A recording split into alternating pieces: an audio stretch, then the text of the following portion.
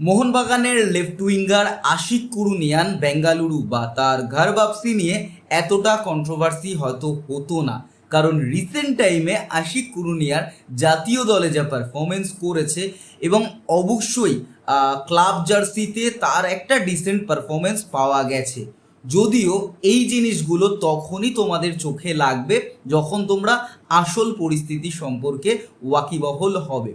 Last Hong Kong versus India ম্যাচে আশিক কুরুনিয়ানের যে performance, তারপর অবশ্যই তার ক্লাব পারফরমেন্স ওয়াইজ যদি তুলনা করো, একদম জঘন্য পারফরমেন্স যে ন্যাশনাল টিম জার্সিতে দিয়েছে, যেভাবে কন্টিনিউয়াস ওপেন নেট মিস করেছে, সেখান থেকে দাঁড়িয়ে ক্লাব জার্সিতে যখন মোহনবাগানের একজন প্লেয়ার এরকম একটা খারাপ পারফরমেন্স যায়, অনেক সমর্থকরাই ধরে নেয় যে একটা খারাপ দিন গেছে, আমার জার্সিকে রিপ্রেজেন্ট করছে, একটু পাশে দাঁড়ানো প্লেয়ারটার উচিত।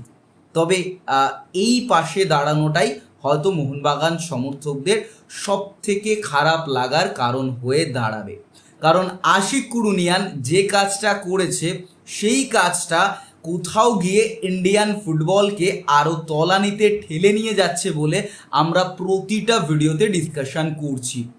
যে টিমগুলো এই মুহূর্তে দাঁড়িয়ে জর্ডান, উজবেকিস্তান যারা কোয়ালিফাই করেছে, তাদের অ্যানুয়াল স্যালারির সঙ্গে কোথাও গিয়ে কম্পিট করতে পারবে না ভারতীয় ফুটবল, কারণ ভারতীয় ফুটবল ক্লাব ফুটবলে যে পরিমাণ স্যালারি অফার করে থাকে সেটা ভাই আকাশ ছোঁয়া, এবং তাতে নিজেদের কেরিয়ারগুলো সিকিউর করছে।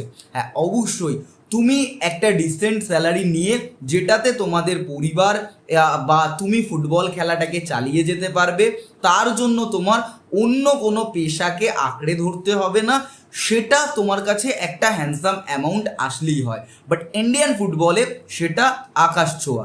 আশিক কুরুনিয়ানকে যখন মোহনবাগানের থেকে বেটার অফার করেছে বেঙ্গালুরু এফসি, তখন ডিল এক্সটেনশনে যায়নি, কারণ যেটা জানা যাচ্ছে আশিক কুরুনিয়ানের 3+2 বা +2 এরকম কিছু একটা এক্সটেনশন ছিল। তো সেখানে দাঁড়িয়ে বেঙ্গালুরু কিন্তু এটাকে নক করা শুরু করেছে বেশ কিছুদিন আগে থেকে, এবং সেখানে দাঁড়িয়ে এই ফুটবলার কোথাও গিয়ে সেটাতে, যদিও আশিক কুরুনিয়ানের পেছনে আরও বেশ কিছু ক্লাব ছিল বলে জানা যাচ্ছে, তবে সেটা বেঙ্গালুরুর অফারটা অনেক বেশি ডিসেন্ট ছিল মানে ভাই তার পারফরমেন্স, যে প্লেয়ার 1:1 কোন পায়ে ট্যাপ ইন করতে হবে সেটা জানে না, সেই ন্যূনতম সেন্সটুকু নেই, সেই প্লেয়ারটা তার স্যালারি ইনক্রিজ করার জন্য ডিমান্ড করছে, ক্লাব ছেড়ে দিচ্ছে। কোন ক্লাব ছেড়ে দিচ্ছে? যে ক্লাব চোটের সময় তার পুরোপুরি মেডিকেল যে খরচাগুলো পুরোটা টেনেছে, তাকে সুস্থ করেছে, মাঠে ফিরিয়েছে, সেই ক্লাবকে ছেড়ে দিচ্ছে। তোমার ক্লাবের জন্যই এত টাকা পেমেন্ট পেয়ে যে প্লেয়ার তার ডেডিকেশান দেখাতে পারে না জাতীয় দলের জার্সিতেও, সেই প্লেয়ারগুলো ডেডিকেশান দেখাবে না।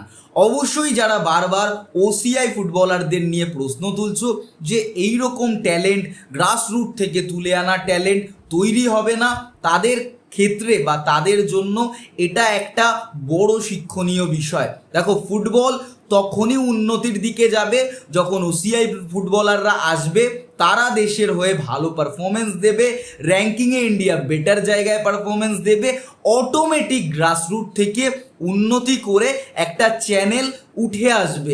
এখন ভারতীয় ফুটবলে যেটা হয়েছে ভাই, অপশান নেই, এই ফুটবলারদের বাইরে আমি খেলাতে পারবো না, সেই রকম একটা জায়গায় চলে গেছে।